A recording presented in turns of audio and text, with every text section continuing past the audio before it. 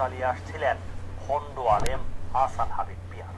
শুধু তাই নয়, দুরারোগ্য ব্যাধিতে আক্রান্ত দরিদ্র মানুষের সহায়তার টাকাও আত্মসাৎ করত এই প্রতারক। এসব কর্মকাণ্ড চালাতো সামাজিক যোগাযোগ মাধ্যম ব্যবহার করে। যমুনা টেলিভিশন ইনভেস্টিগেশন 360 ডিগ্রি টিমের অনুসন্ধানে বেরিয়ে এসেছে এসব চাঞ্চল্যকর তথ্য। সম্প্রতি পুলিশ তাকে গ্রেফতার করেছে। আমি আহসান হাবিব পিয়ার, এইচবিটিভি, ঢাকা, বাংলাদেশ।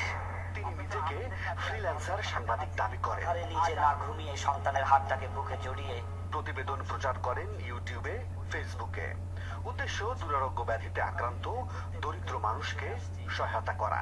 কিন্তু এর আড়ালে যে তিনি প্রতারণার ব্যবসা ফেলেছেন সেটি বেরিয়ে আসে যমুনার অনুসন্ধানে। মূলত তিনি রোগীকে কিছু টাকা দেওয়ার ছবি প্রচার করেন এবং আরো বেশি সাহায্যের জন্য তার মোবাইল ব্যাংকিং এর নম্বরটা দিয়ে দেন।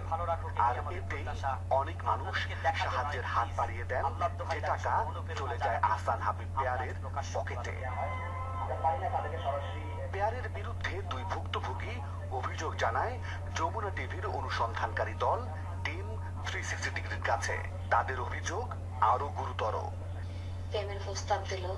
এক পর্যায়ে আমি মিশন হওয়ার পর ওর প্রস্তাবে মানলাম।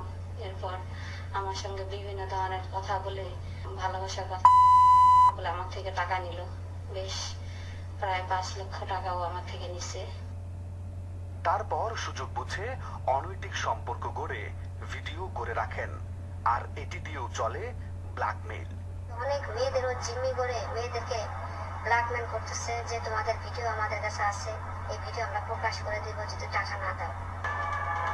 এসব অভিযোগ পেয়ে দীর্ঘ 7 মাস ধরে চলে অনুসন্ধান।